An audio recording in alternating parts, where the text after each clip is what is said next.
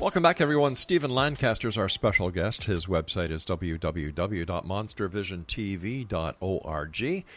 And we've been talking to Stephen about his newest book entitled Norman, which is published by our good friends at Llewellyn Worldwide. And Norman can be purchased on any of the online bookstores, brick-and-mortar bookstores, through Stephen's website, which is, once again, www.monstervisiontv.org. Stephen, great having you on the show. Tell us how you and your teams do your investigations. Well, surprisingly, probably to most, the first part of it is, of course, gathering all the information from a potential client. Right. This day and age, there's no reason somebody can't film with a cell phone or, give us something, show us something. Because you have a lot of people that just have the TV on the brain, especially when they realize that's what you do. So you try to weed that out. And then I'll send a couple people out to talk to them, kind of feel them out, check out the situation, check out the location. First thing we do on location, believe it or not, is we do a psych evaluation. My degree's in psychology. Unfortunately, you have to look for child abuse. You have to look for prescription drugs, alcohol abuse. Sure you do. We rule all of that out before we even turn the lights off, so to speak. And then it's like pretty much everybody understands. You go in and you try to, or we try to recreate and be the client. If the client is experiencing this at a certain time of day, maybe it's at 1 o'clock in the afternoon, that's when we're there. It doesn't necessarily have to be in the dark, in night vision. I think people tend to lose themselves in all this technology, and they forget the fact that your client didn't have a $30,000 thermal camera. Right. They experienced this with their eyes and their ears. The end. And that's the first thing that you use. Sure. And then if you can document it, that's what all that other stuff's for. Let me ask you something. As a psychologist or someone who has studied psychology, is there a common thread between the people who have these experiences, whether it's a visual encounter, whether it's the feeling, whether it's experiencing the paranormal, and people who don't? I would have to say yes, there is. It's not a general rule. Yeah. There's always exceptions to that. But a large portion of my cases, they've had some sort of tragedy or depression or exaggerated stress. Something that is emotionally charged. What I equate it to is the same thing, in Star Trek when the shields go down, the enemy can attack. And this is what I kind of use as an analogy, that when a person has a personal crisis or something in their life that lowers their shields, this is when a lot of negativity can enter, and this is what I believe to be the onset of paranormal experiences for them. I agree with that, and it's vulnerability. Yeah. When somebody's vulnerable, they're more apt to experience these things, especially on the negative side of it. But it works the other way too. You can be emotionally charged, in a happy way, in a positive way, and experience the same thing. 9 out of 10, it's benign, and it's just something trying to communicate, or maybe it's not even trying to communicate at all. It doesn't even know you're there. But it's that energy. We are a bioelectrical organism. Yes, we are. We have electricity in our body, and one thing science has taught us that cannot be disputed is energy is infinite. So when we die, that electricity, that energy goes somewhere and does something. Religious sects will tell you it's your soul. That's what leaves and, goes to heaven or hell. But regardless, it leaves and it does something. So energy connects to energy just like magnets do. Magnetism. I always refer to it like a tape deck. It uses magnetism to record and play back. And I think that can be relayed to the spiritual realm. And I think the more charged you are, either in a positive way or a negative way, can result in more activity. It can attract it. Where do you see the paranormal in, let's say, 10 years? I mean, the with all the investigators that are out there, with the increase of technology being tailored towards paranormal investigations, where do you see the world of the paranormal investigation being, for lack of better words? I really hope there's a dry spell in the paranormal programming. I hope the fad of that kind of dies down, because it's done more harm than good. Really? When you have ghost adventurers and every episode it's a demon, and every place they go somebody's being threatened, it's just not true. Yeah. It's not that abundant, and it makes susceptible people out there believe that that's how it is. I've had clients, when we pulled up, ask us where the camera crew's at. Boy. What I'd like to see, and I guess to answer your question, I don't think it'll be people that solve the problem. I think it's going to be technology that solves the problem. Is it possible that right now technology is aimed at the wrong aspect? For example, SETI, the search for extraterrestrial intelligence, they are, searching the universe using the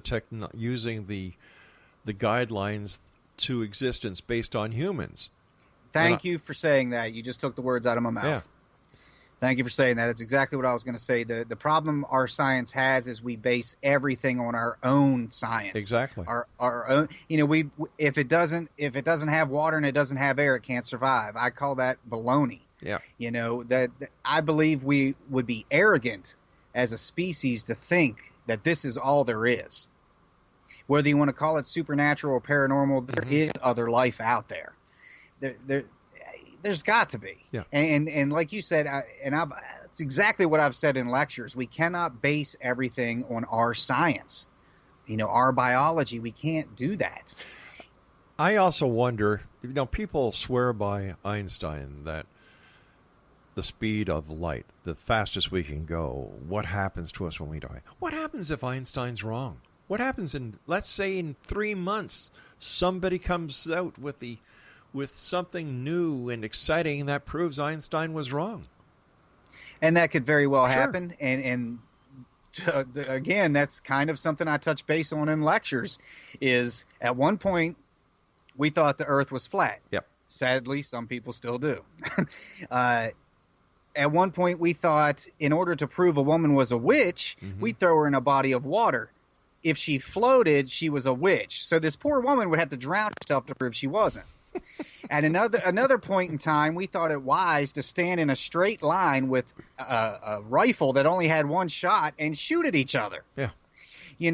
We have proven history has been wrong multiple times.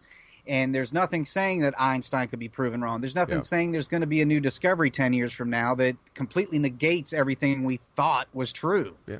Because history has proven that happens. Well, the biggest example I always use, Stephen, is that people still today believe that Christopher Columbus, in fact, the kids are taught in school that Columbus discovered the North America. He didn't. He never stepped foot on North America.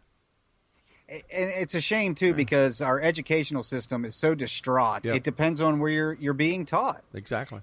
Some schools live by the Christian Bible, and they teach it as fact. Other schools teach evolution as fact. Yeah. And it makes you wonder why everybody's confused. That is so true. Listen, we've got about 2 minutes left. Again, thank you so much for coming on the show tonight. A great pleasure talking to you again. Congratulations on your newest book. But what are your final thoughts for the listening audience of the Exo Nation tonight, Stephen? Final thoughts. Yeah. Words of wisdom. Read. That is my word of wisdom. Read. Don't rely on other people to tell you what to believe. Don't rely on entertainment and television. They have an agenda, and that is to sell advertising and to make it entertaining. Yeah. Read credible people. Read things that are rooted in scientific theory. It's one thing to read a ghost story about somebody's encounter. They don't have to be a scientist to experience that, and it may be true. But the more you read, the more you're going to know, and the more you're going to know what to possibly believe and what's just hokey, Well, One quick question for you. How can people decide, let's say somebody listening tonight who, in another country, their house is haunted, a country that is outside of your reach, so to speak, and they decide that they would like to have somebody come in and check their house.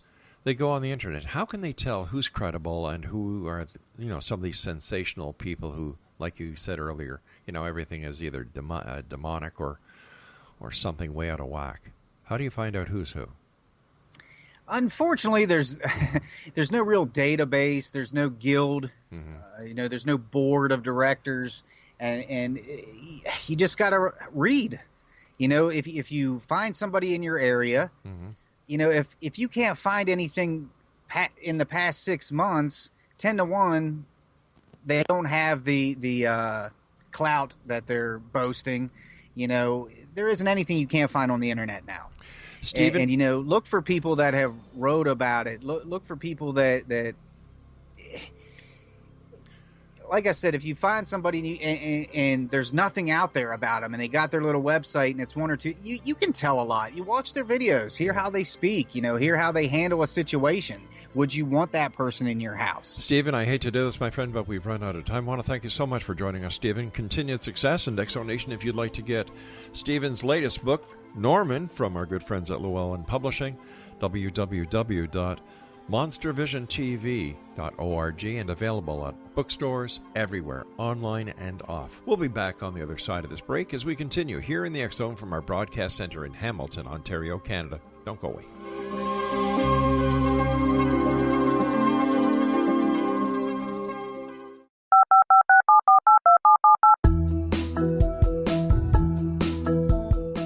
Did you know that when you're on the road with limited data or Wi-Fi, you can still listen to the X-Zone radio show with Rob McConnell, The Science of Magic with Gwilda Wiyaka, X-1, Dimension X, Space Patrol, and every minute of the X-Zone broadcast network by calling 213-401-0080, courtesy of Audio Now. No smartphone, app, or internet needed. It saves your data plan, and it's free if you have unlimited minutes. Call 213-401-0080 to listen on any phone, anytime, anywhere. Remember, 213-401-0080 for the best of the paranormal, parapsychology, and sci-fi radio programming anywhere, 24/7, 365.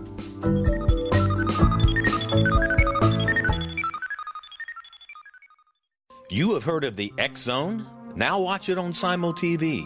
Plus 500 video games, live TV channels, free video on demand, worldwide, and more. Does this sound like tomorrow's television? Well, it is, but you can have it today, right now. It is Simul TV. Simul TV offers what the others only wish they could provide. 15 exclusive channels like X-Zone, Sci-Fi, and Horror. We are worldwide. No other provider offers that. 500 built-in video games. No need to have an extra expensive system. We have them included. Free video on demand. Live streaming events from around the world. Interactive online network, and much more. Tomorrow's TV today. Simul TV. Sound too good to be true? Well, it's not. You can have Simul TV today. Sign up at simultv.com. Do it today.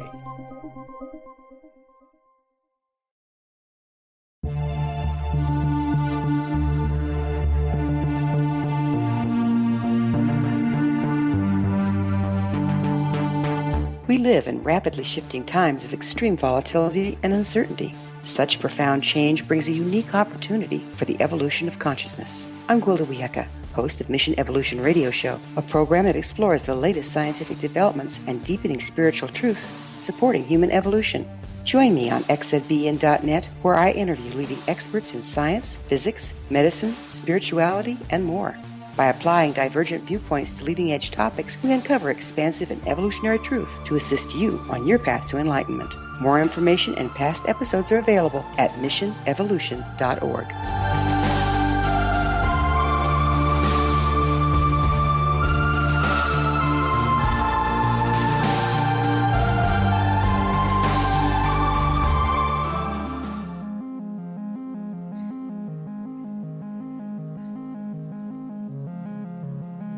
Welcome back, everyone. This is the X Zone. I am Rob McConnell, coming to you from our broadcast center and studios in beautiful Hamilton, Ontario, Canada.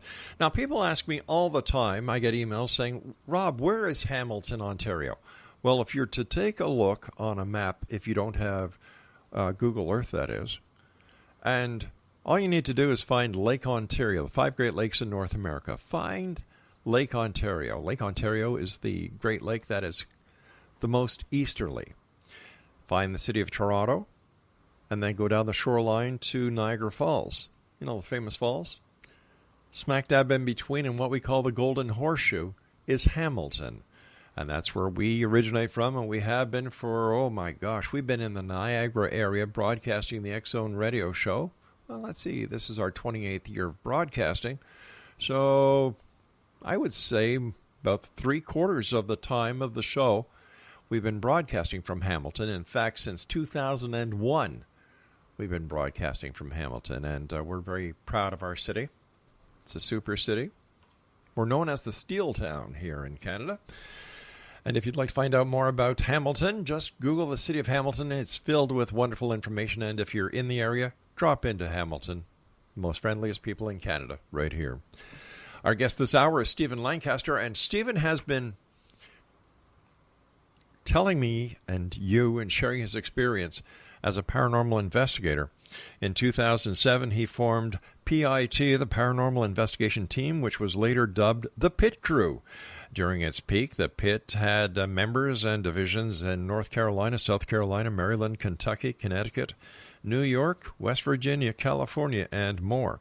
Stevens appeared on A&E Biography, My Ghost Story, in 2011 and again in 2012. He's been interviewed on hundreds of radio shows, including the X Zone, and in 2009 he published Paranormal Investigator, True Accounts of the Paranormal, and now he's got another book out entitled Norman. First of all, congratulations on your newest book, Stephen, and tell us about Norman. Thank you. I appreciate that. Norman was kind of an accident as far as becoming a whole book. Mm-hmm. The book deal that I had signed in 2012 was for a 3-book deal that kind of just followed my investigations. Each book chronicled, basically each chapter was an investigation. It was enough said, you really couldn't elaborate any more than that, so it was nice in and out. Each chapter was a location and investigation. Right. And they started pressuring me for the 3rd book in the series, and Norman was just a chapter.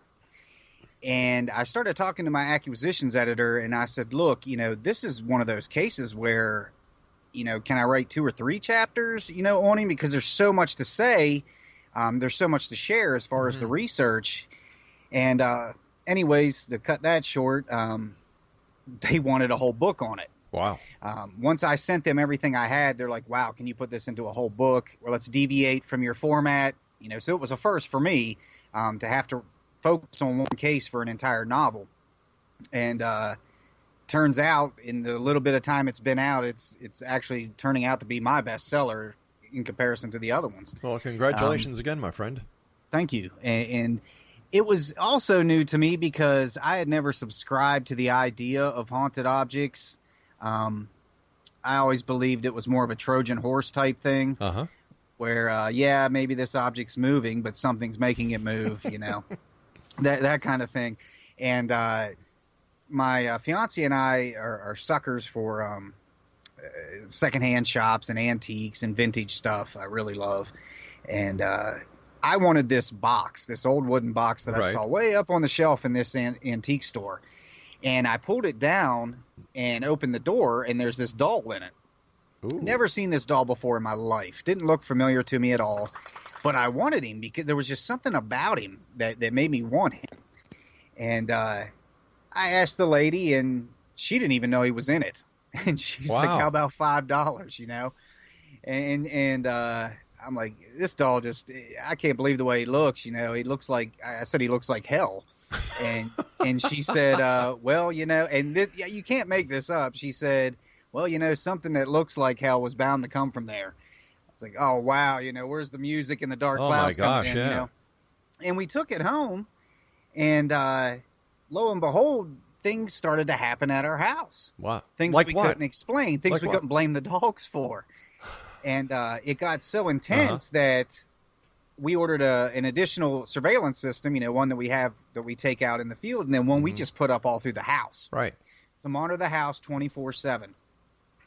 And I didn't want to believe it was this doll doing it, But things kept happening, and it kept pointing in his direction. Yeah, but what kind of things happened?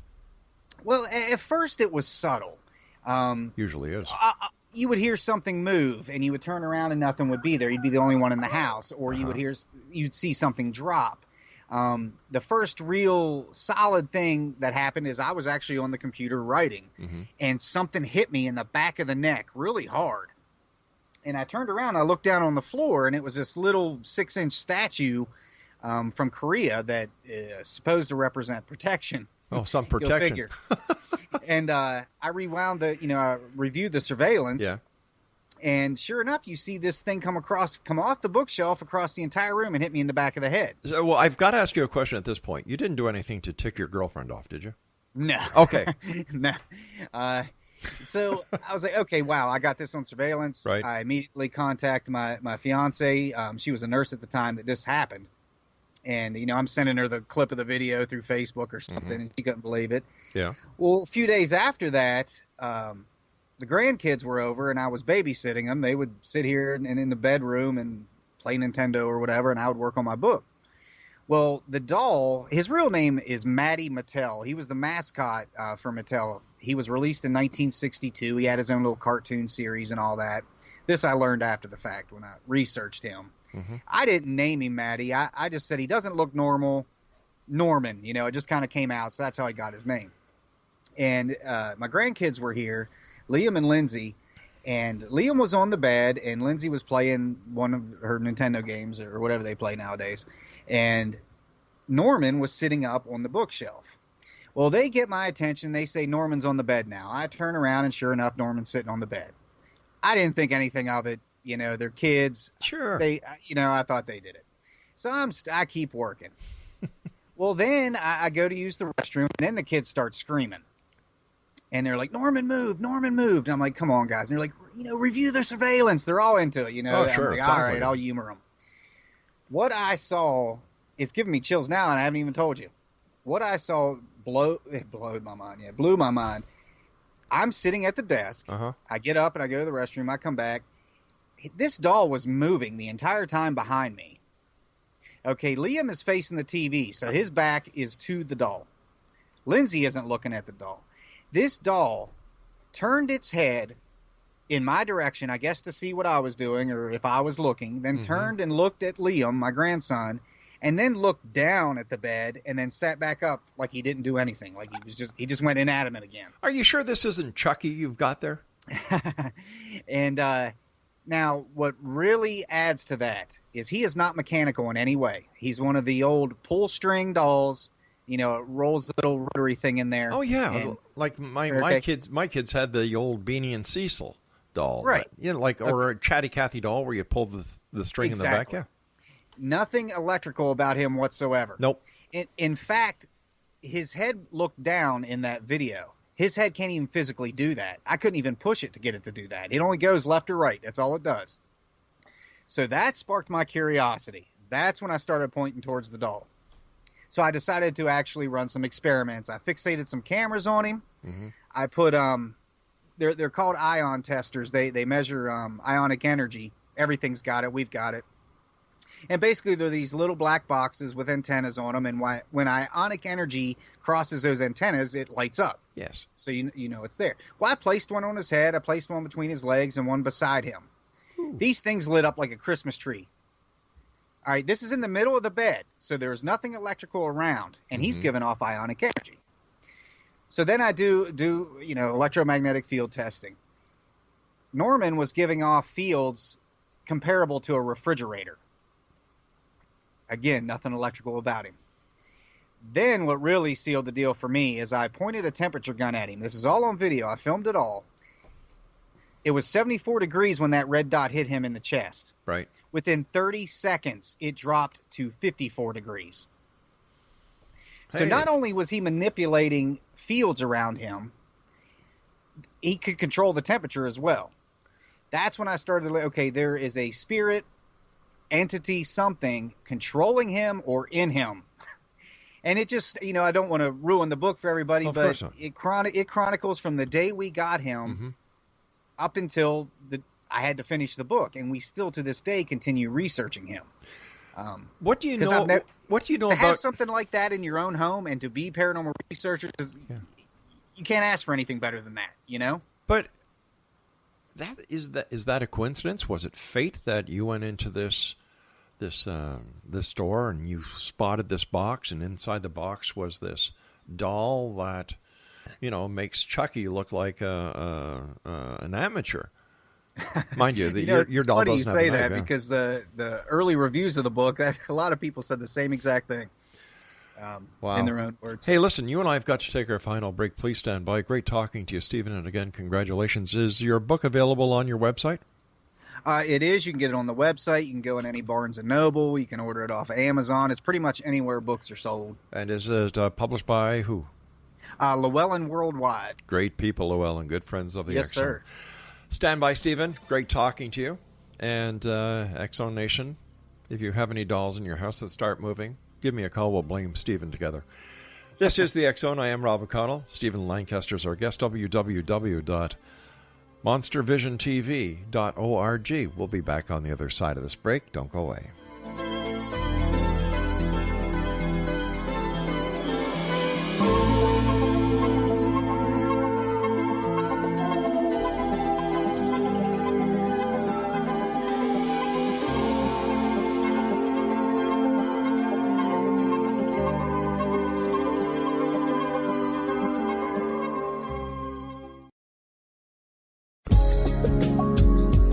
From our broadcast studios in Hamilton, Ontario, Canada, to the world and beyond, you're watching the X-Zone Broadcast Network, www.xzbn.net.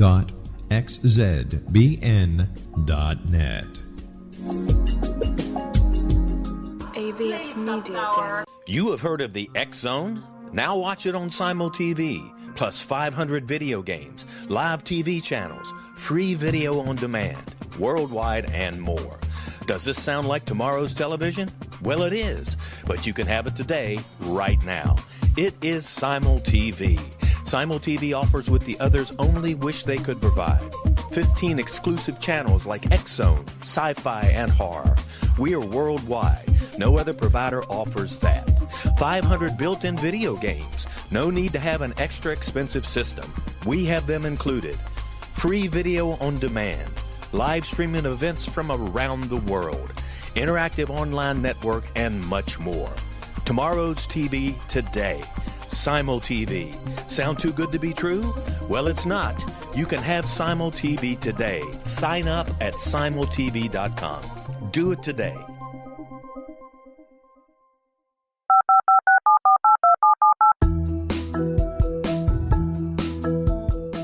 Did you know that when you're on the road with limited data or Wi-Fi, you can still listen to the X-Zone Radio Show with Rob McConnell, The Science of Magic with Gwilda Wiyaka, X-1, Dimension X, Space Patrol, and every minute of the X-Zone Broadcast Network by calling 213-401-0080, courtesy of Audio Now.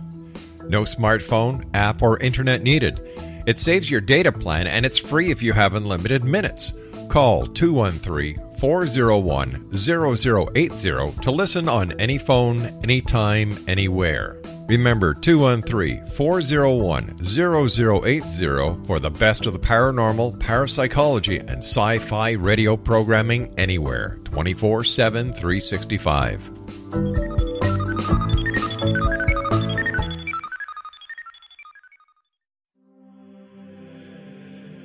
Rob McConnell here, presenting an overview for Nicholas Paul Jennings, author of a fascinating book, Amen. It presents facts revealed by Egyptologists, facts that enable us to understand why Amen is the beginning of creation of God.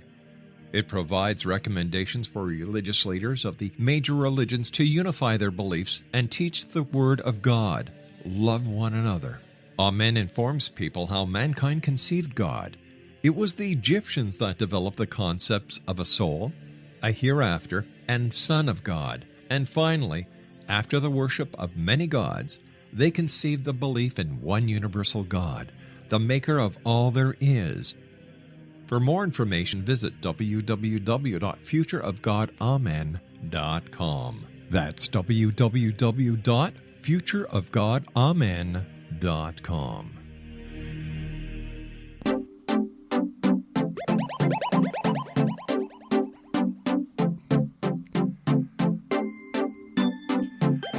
Welcome back, everyone. Stephen Lancaster is our special guest this hour, Exonation. His website is www.monstervisiontv.org.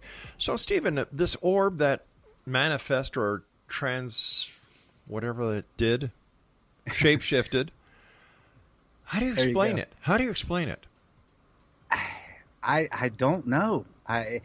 It's just so captivating to see, and even to this day, watching it, even though I was there, even though I was a part of this, if it would have came across the whole room, I think it would lose its luster a little bit. Right. Like, okay, that could have been somebody just walking across the room. That's how an onlooker, would see. That's how I would see it. But the fact that you realize it's outside, 3 stories in the air. It's hard to comprehend that, but you see it happen. I mean, you can't deny the fact that there was a figure, 6 foot tall that came across that room, outside, or, came across those windows outside. I don't know how you explain something like that. What is the history? What is the history of the house? We've heard multiple things. The owner tried to dig up a lot on it. What we do know as fact is there were 3 slave quarters. We located 2 of them. One of them was just crumbled to the ground. We discovered the foundation. The other 2 you could actually get into. Right. We did discover a lot of voodoo type. I had to do a lot of research on this myself, but ropes and stuff hanging from the ceilings in these slave quarters that were tied in certain knots and to symbolize certain things in the voodoo belief system, I guess. Yeah. So there was definitely some bad mojo there, I guess. We learned that a boy, when the property went vacant for a long time, and then a family took it over in the 40s or 50s, and their son had died. He had huge acres of soybeans, and beyond that is the tree line, and it's nothing but forest. And that's where the slave quarters were. Well, in that forest, there are numerous ponds. And he had drowned in the center of one of these ponds. Ooh. And it was always said it was like something chased him out there and just stayed on the outer rim of the pond until he just couldn't swim anymore and he drowned. That's the story that goes with it. But validating that's nearly impossible. We did find the kid's grave, so the kid did die, but at a young age. But what is there does not want anybody there. And long story short with that is the guy who bought it with the intention to renovate it never did. Once he saw the footage we had, and people got hurt in this place. People were shoved downstairs, cut. It's just a bad place. And if somebody were to tell me the same story, I wouldn't believe it. I got to see it to believe it kind of thing. It's a place I'd love to revisit, but I wouldn't at the same time, because you just feel it when you walk in there. It's just negative all the way around. So let me ask you this, Stephen. When you and your crew go out and you do an investigation in such a place where there is a lot of negativity, how do you protect yourself from you yourselves having either an emotional or a physical contact with these entities, as well as bringing them back home with you? Well, all 3 of those things happened. Oh, boy. I honestly could not with a straight face tell you there is any way to protect yourself from something like that. I'm not a religious person, so I don't discredit anybody who is. Sure. But I'm not. So I walk in there, I'm agnostic, I guess, but I don't believe that there's some ring of salt that can save me. I'm not saying that it doesn't work for other people. Yeah. But emotionally, we'll touch base on that real quick. It changed everybody's personality. The more we investigated and researched this location, the more we'd come home negative, at each other's throats, completely out of character. I mean, the nicest people turned into not so nice people. And as far as the physical aspect, like I said, there were investigators that were cut, like the infamous 3 slashes across the face. Wow. There were investigators that were pushed and shoved down the stairs, and I was one of those. And the way I describe it is it felt like when you try to put 2 magnets together of opposite polarity, you know how that force you kind of feel? Yeah. That's what it felt like. It felt like this force of energy, this ball of energy hit me in the face, and I went down the stairs hard. I mean, like, it just happened. Like, it happened so fast you didn't realize it happened, and then you realize it did. And that was all on video. And we became admittedly obsessed with the place because it was producing such interesting stuff, interesting material. And we were documenting all of it, and we could show people and like, look at what happened, you know. And it was basically one of those places that you have the opportunity maybe once in a lifetime. So, you know, when you went into that location, were you aware that you or members of your team might in fact have physical contact with the entities and that you may in fact be injured? Not at first. No way. I guess when it comes to the realm, the realm we have no understanding of when it comes down to it. Right. You don't know what to believe.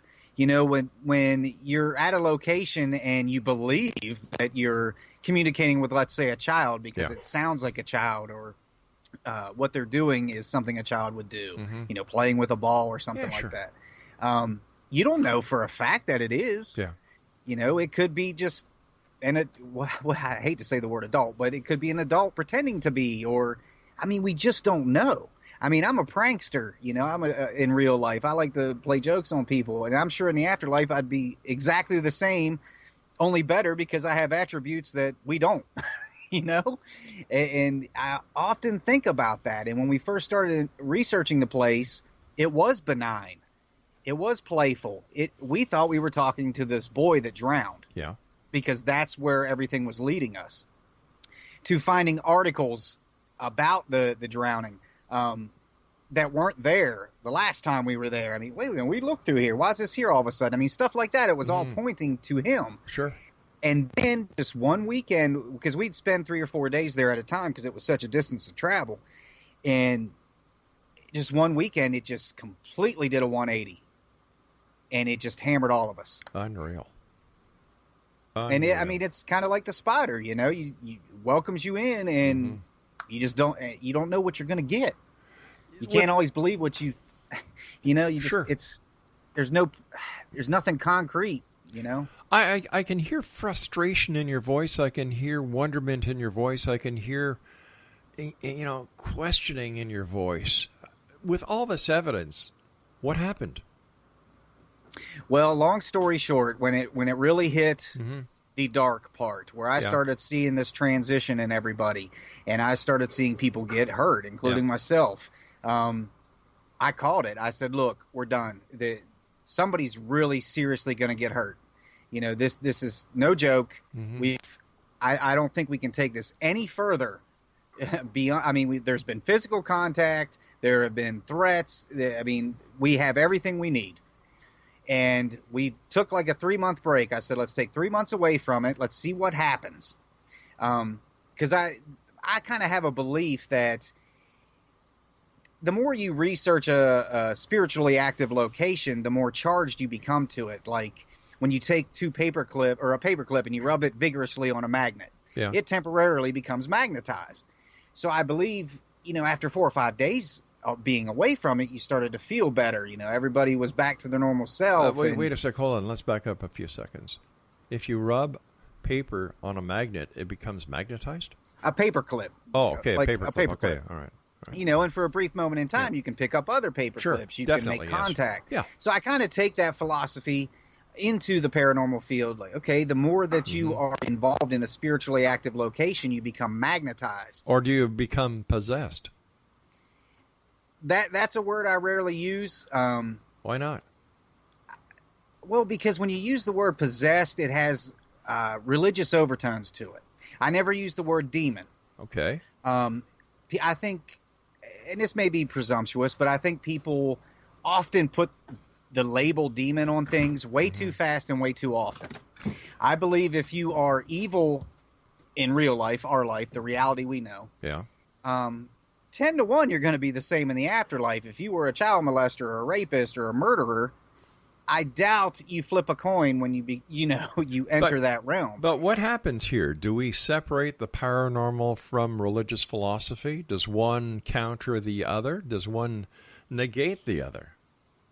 Well, see, and again, I mean, no disrespect to anybody's beliefs. I wish I could have that faith, but the paranormal is a lot like religion. We can't prove any of it. And so how am I going to bring something into something? Okay, how am I going to bring religion, which can't be proven, into something else that can't be proven? You see what I'm saying? But if you have all this evidence, if you have the thermal imaging, you have proof, right? I have proof. I know it was there, but and show that to 10 people. I mean, it isn't anything a 14-year-old with their cell phone can't recreate now. I know, but have you had the photo analyzed by an expert? Not the thermal imaging. Why not? I don't know how you would analyze that. I mean, that's why there are photo experts who have the knowledge, they have the experience, they have the software. I understand that. It's a digital file. Which I can't stand. I like to use film because film can be validated. It's a lot easier to see if film's been manipulated than it is a digital file. All right, stand by, Stephen. You and I have to take our news break at the bottom of the hour. X Zone Nation, Stephen Lancaster is our special guest. www.monstervisiontv.org. Don't forget the X Chronicles newspaper is available for one and all with our compliments, the June-July edition, at www.xchroniclesnewspaper.com. And we'll be back on the other side of this break as we continue talking about the strange, the weird, the bizarre, the paranormal, here in the X Zone with yours truly, Rob McConnell. Don't go away.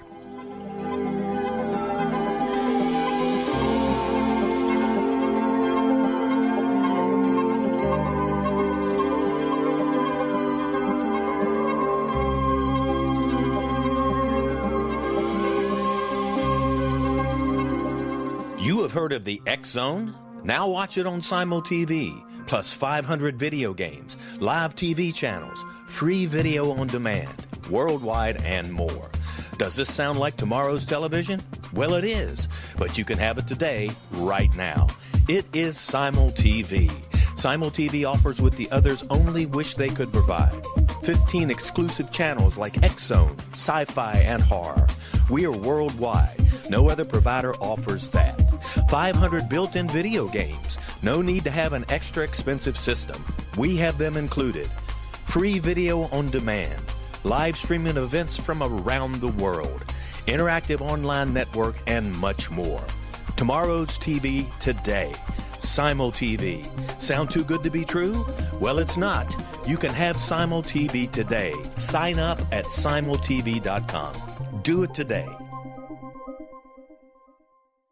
The new nonfiction book, Razor of Madness, is similar to cult movies like Clockwork Orange, Dragon's Tattoo, or The Other Side of Hell. Wayne Morin Jr. and Thomas Lee Howe will expose widespread and systematic deficiencies in this thought-provoking tell-all novel. Mind control rages among scholars in law schools. Human rights are ignored while thought reform and mental manipulation are accepted practices used as behavior modification. Dr. Louis Jolyon West comes to mind.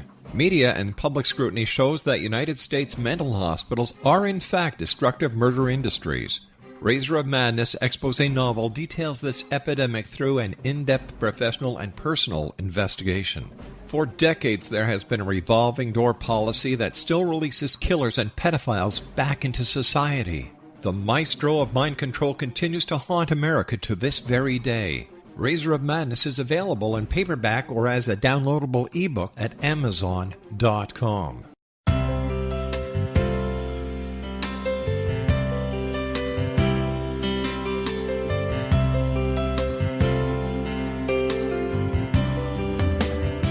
The concept of a new age has been around since the late 19th century, yet much of its original meaning has been lost.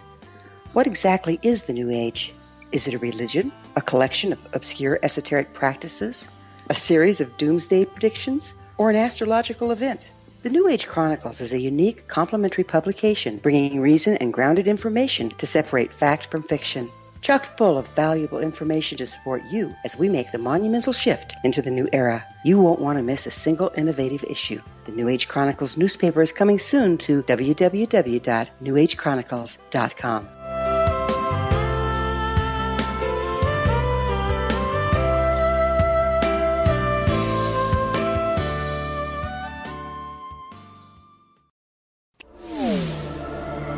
The X Zone Radio Show with Rob McConnell is largely an opinion talk show. All opinions, comments, or statements of fact expressed by Rob McConnell's guests are strictly their own and are not to be construed as those of the X Zone Radio Show or endorsed in any manner by Rob McConnell, rel-mar McConnell Media Company, the X Zone Broadcast Network, its affiliated networks, stations, employees, or advertisers.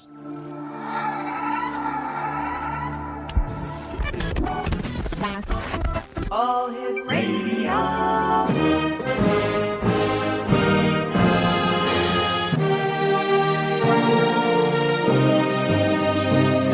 Welcome to the X Zone, a place where fact is fiction and fiction is reality. Now, here's your host, Rob McConnell.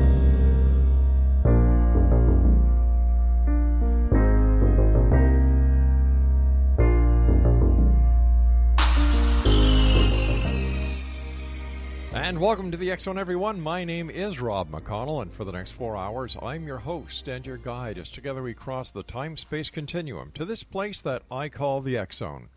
It's a place where people dare to believe and dare to be heard. It's a place where fact is fiction and fiction is reality. The X Zone comes to you Monday through Friday from 10 p.m. Eastern until 2 a.m. Eastern right here on the X Zone Broadcast Network, Talkstar Radio Network, Mutual Broadcast Network, Simul Radio and Simul TV, and iHeartRadio. Now, if you'd like to send me an email, the email address is xzone@xzoneradiotv.com on all social media sites, X-Zone Radio TV. And to find out about the programming we have available for you 24/7, 365 on the X-Zone Broadcast Network, www.xzbn.net. X-Zone Nation, my first guest tonight is Stephen Lancaster. And Stephen, tell us a little bit about yourself. Well, hello. How's it going? Good evening. Going great. Thank you. Thanks for having me on the show. My pleasure. Just a quick rundown of myself. I started conducting research in the paranormal field in 1997. So I've been heavily involved with it for 21 years, I guess. It'll be 21 years this August. And it was kind of, at the time I started, it was really low key, and it wasn't something you really discussed. It was just more or less kind of a hobby, but then it kind of turned into a career, so to speak. And then 10 years after I delve into it, I started writing books and became an author when it comes to paranormal research. I just chronicled my investigations and things I've experienced and witnessed. Sure. And done a little bit of television and things like that, but mostly my life is 24/7, the unknown. The unknown. There's not, I do the family thing, and, I have a bunch of dogs like we talked about before the show, and but it's paranormal. I really enjoy it. I enjoy the challenge of some of it, and the experiences and the discoveries and the discussion. It's just an interest of mine, I guess. Well, tell me, what drew you into the paranormal? Well, like most people, everybody has an origin story. And right. In 1987, I was 10 years old. And I guess as a side note, I grew up in a very strict military Baptist home. Wow, I went to a Christian academy. So the point in saying that is you didn't talk about this stuff. Sure. And when I was 10 years old, long story short, something woke me up in the middle of the night, and it was tugging on me, and it started rather timidly, but then the more I kind of fought it, the more it pulled harder with more force to eventually it flipped me onto my stomach. So I was sitting up in the bed, it grabbed my wrists, and you could actually see indentations on my wrist as if somebody was physically grabbing me, and it flipped me to where I was facing the bottom of the bed. And I screamed. My parents came rushing into the room. They, of course, dismissed it as a nightmare. But I knew it wasn't. It was too real. And from that point forward, I started checking out parapsychology books, cryptozoology, anything occult science, from the library, from school. I would sneak it into the house. I would read. And then finally, after 10 years of educating myself on what, people thought they already knew or what is fact, I decided to kind of start conducting work in the field and taking other people's cases to try to see if I could find something similar to what I had experienced, something that would explain it to me. And a neat little fact that goes along with that is 20 years later, after my folks had seen how involved I was in this and how they saw the books and the whole author thing and all that, they were down for Thanksgiving in 2007, and Mom had finally told me that what happened was quote unquote real, that she had the same thing happen to her when she was 10 years old. And it gives me chills just as many times as I've recounted that story to people, right. It still gives me chills because she kind of validated that for me. So both you and your mother had your first paranormal experience at the age of 10? And yes, sir. And it was nearly the same exact situation. Unreal. And that's what got me into it, and it's just snowballed from there. So tell us about your most epic or your most frightening paranormal experience that you've had, either personally or during an investigation. Well, it was certainly personal, and it was certainly during an investigation. It was one of my favorites, actually. It was in St. Paul's, and it was this 88, 90-acre former plantation. I believe the original plantation home was built in 1840, give or take. Right. And this was one of the few cases out of hundreds that I've worked on that was actually violent. Actually what you see on TV that they make out to be every day, But this thing was violent, and I've wrote about it, and I've shot some video about it and stuff like that, because one of the most credible pieces of evidence I've ever seen came from that investigation. And we researched this location for about 2 years. That's one of the things I kind of pride myself on. You watch the TV shows and they make it out like you can go in and out of a location 6 hours, 8 hours, and you got it all figured out, Well, you can't really be the client in 6 or 8 hours if they've lived there for 20 years, You've got to keep going back, because sometimes you'll get something, sometimes you won't. Sometimes what you thought was, you'll later find out wasn't. And in this particular location, we were about 1.5 years into it. And she's now my fiance. At the time she wasn't, but she was just a colleague, a research colleague. And we were up in the attic of this plantation home, completely abandoned. Okay, this guy had purchased it to renovate it. And he started experiencing these things and called us in, long story short. But we're in the attic, which is the 3rd floor, and the attic could 100% be another whole level, another whole floor. It's not like your typical, you got to crouch down attic. It's another large room that spans the entire house. And there's 2 large windows on either side of this attic, and the stairs you come up are in the center. Well, I had set up a $30,000 thermal camera up there and just aimed it across the entire attic. Well, Christina and I, there were these side panels in the attic where you could sit on the rafters, and we're sitting in there trying to do a communication session, and I thought I was just getting tired, fatigued. I started to see movement all the way down on the other end on the rafters, like this black blob, so to speak. And I asked her, and her eyes started to fixate on it. And then it moved. Oh, boy. And it was, okay, yes, all right, I've definitely seen something. And there's a lot more to that, but we go back downstairs, we get out of there, we go out to our base camp, our campers, and all this other stuff, because there was no power. We had to run from our campers. And I decided the next morning, I thought that thermal camera was running the whole time. So I go back in there, I get the thermal camera, I bring it down, I start immediately reviewing it. And at the time that her and I are sitting out there in the rafters, the thermal camera is monitoring that entire space of that attic. You see from the right-hand side this bluish sphere come out from the wall about the size of a basketball, if we were to put it to scale. Yeah. You see it go past one window pane. Then it disappears. By the time it gets all the way over to the left window pane, which is closer to where we were sitting on the opposite side of the wall, it's full-bodied, it's full-figured, full manifestation. It looked like, I joked around and said it looked like Santa Claus, like somebody carrying a sack, which may have been a slave. There were a lot of Haitians at that time. That's who resided there in the slave quarters. And so it looked like somebody carrying a potato sack or something. And what really makes that interesting is at the time it went through that left pane, that left window, and entered the wall where we were at, that's when you hear my choice of words, when my eyes fixated on what I thought I was seeing. So the timing couldn't be better. What I saw with my own eyes was a black mass, but the thermal camera actually showed a figure of a person. And just to finalize the story, what really, truly makes it even more captivating is it came from the right. Mm-hmm.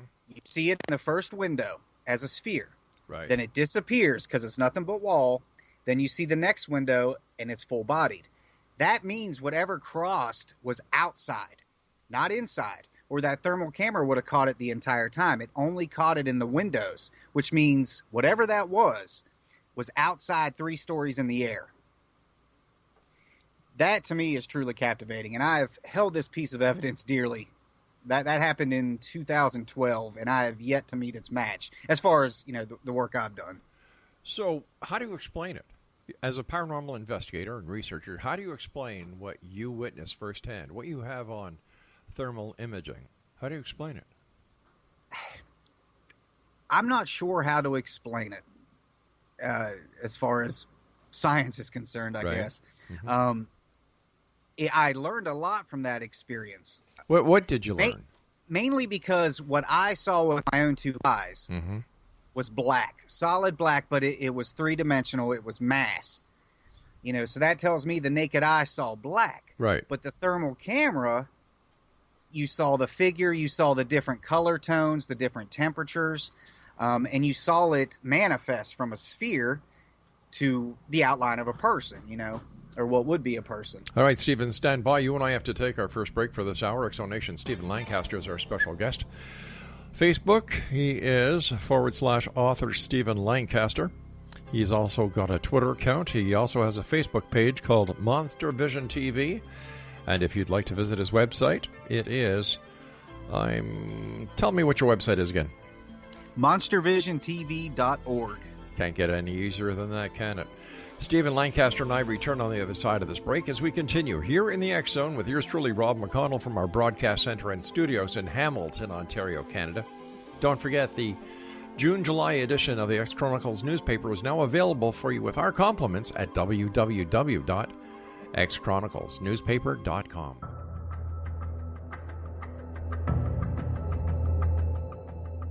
Modern Esoteric, Beyond Our Senses by Brad Olson, consummates the lifeology story about where humanity originates. It is the lost continents, the primitive wisdom, the mythos of creation, and the rethinking of ancient history as we are taught in academia. There is much more to the story than what we have been told. As this is the first book in the Esoteric series, Modern Esoteric starts at the beginning of time and accelerates up to this modern age. Future Esoteric is book 2 in the series and takes a forward-looking position ahead of today with an open and honest examination of the ET issue and various unexplained phenomena.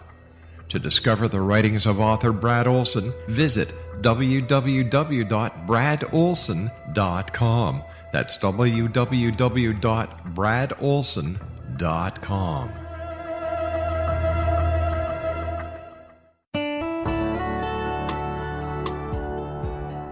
Are you or is someone you know struggling with addictions, depression, anxiety, relationships, low self-esteem, lack of confidence, grief, success, and prosperity? Do you know that your subconscious belief plays a big role in the outcome of your hard work? We can help you permanently change the beliefs that may be the reason for your struggles and failures. We care about getting you the return on your investment and the results you are looking for. We can help you be free of the limitations of your past and in realizing your highest potential. We work with people by phone and Skype. For more information, visit us at www.ritasoman.com. That's www.ritasoman.com.